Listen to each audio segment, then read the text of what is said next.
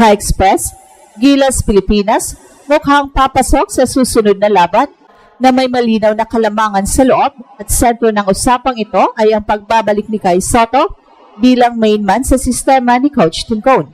Matapos ang mahabang entry layoff, malinaw na hindi lang basta bumalik si Kai, mas buo, mas mature at mas epektibo ang kanyang laro, bagay na agad nagbago ng tono ng preparasyon ng ating national team.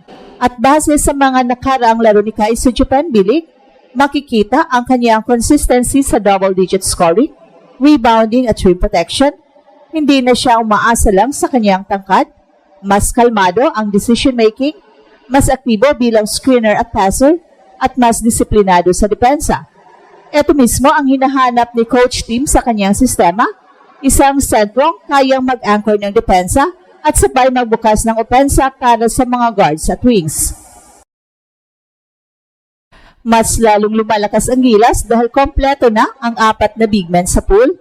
Kasama ni Kai ang veteranong si Junmar Fajardo, ang athletic rim protector na si AJ Edo, ang versatile big man na kayang mag-switch at tumakbo sa open floor, pati si Quentin Malura Brown ay expected to play a bigger role.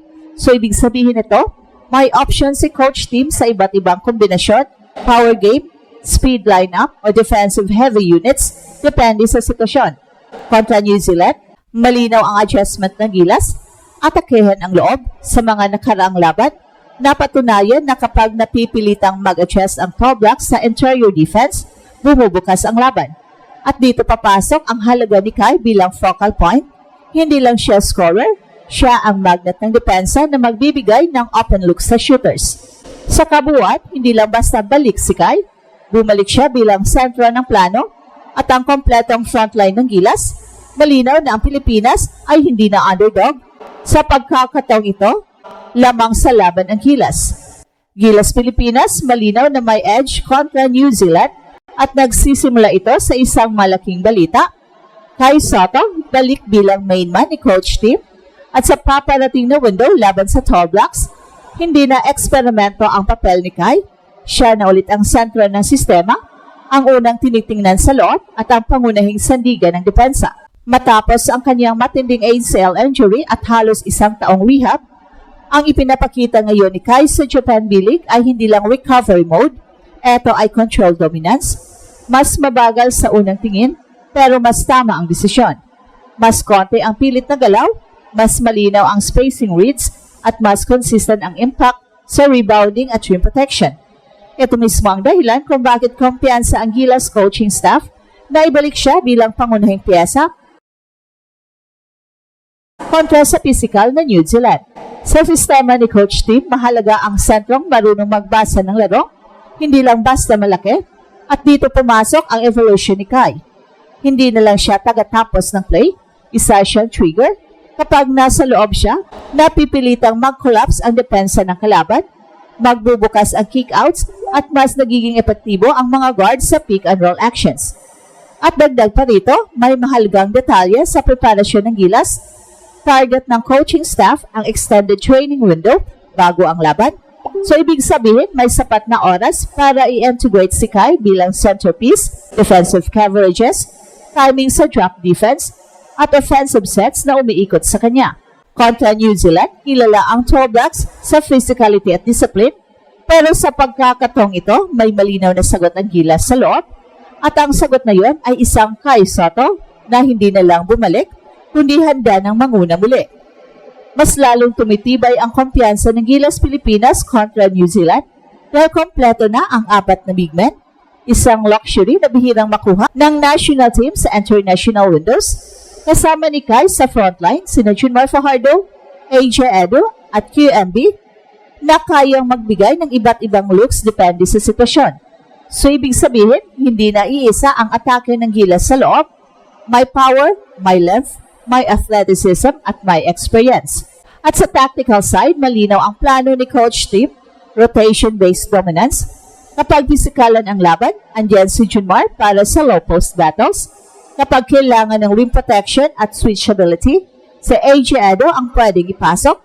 Pero kapag oras na para kontrolin ang tempo ng laro, dito papasok si Kai bilang pangunahing anchor. Sa taas ng kanyang reach at sa improved timing niya sa depensa, nagiging mahirap para sa New Zealand na umatake diretso sa basket. Mahalaga ring banggitin na sa mga nakaraang laban nahirapan ang Tall Blacks kapag nahaharap sa disciplined interior defense. Hindi sila basta-basta umaasa sa isolation. Mas gusto nila ang structured sets. Kapag nasira ang unang option nila sa loob, bumabagal ang kanilang opensa. Isang senaryo na pabor sa gilas kapag nasa court si Kai. At sa opensa naman, ang presensya ng 4 na big men na ito ay nagbibigay ng flexibility. Pwedeng maglaro ng 1 big lineup na may shooter sa paligid ni Kai o 2 big combinations na kayang manakit sa offensive rebounds. Ito ang depth na matagal nang hinahanap ng gilas at ngayon ay nariyan na. Well, sa kabuuan, hindi lang lakas ang dala ng gilas kontra New Zealand, kompleto ang piyesa at malinaw ang sistema. At sa gitna ng lahat ng ito, si Kai Sotto ang sentro ng balanse, ang player na kayang magdikta ng laro kahit hindi kailangan ng mataas na scoring. Well, sa kabuuan, malinaw ang mensahe bago ang laban kontra New Zealand, hindi na underdog ang Gilas Pilipinas. Sa unang pagkakataon matapos ang mahabang panahon, papasok ang ating national team na may kompletong frontline, malinaw na sistema, at isang Kai Sotto na handang akuhin muli ang papel bilang main man ni Coach Tincone. Hindi ito basta comeback story, ito ay deklarasyon na balik na ang lakas ng Gilas. Well, malaki ang kaibahan ng sitwasyon ngayon kumpara sa mga nakaraang windows. Dati, kulang sa haba, kulang sa rim protection, at napipilitang mag-adjust laban sa physical na Oceanic teams. Ngayon, may 4 na big men na pwedeng ipalit-palit depende sa matchups. May Junmar Fajardo para sa strength at experience, may Adrian Edo para sa athletic defense, at may Kai Sotto na nagbibigay ng kombinasyon ng size, timing at basketball IQ na bihirang makita sa Asia. Ang resulta, mas kontrolado ang depensa at mas organisado ang opensa. Para kay Kai, ang pagbabalik niya sa Gilas ay higit pa sa stats. Kita ang maturity, mas maingat na galaw, mas pasensyoso sa opensa, at mas vocal sa depensa. Galing man siya sa injury, malinaw na mas buo ang kanyang laro ngayon. Hindi na lang siya scorer o shot blocker, isa na siyang stabilizer ng buong sistema. Ito ang klase ng player na kayang baguhin ang takbo ng laro kahit hindi siya ang top scorer. At sa harap ng New Zealand, mahalaga ang lahat ng ito. Ang Tall Blacks ay kilala sa disiplina at physicality, pero kapag naharap sila ng isang team na may lalim at tamang rotation, nagiging vulnerable sila. At dito papasok ang edge ng Gilas, depth, preparation at confidence. At ito ang Express Info kung saan bawat kwento kinulat ng mundo.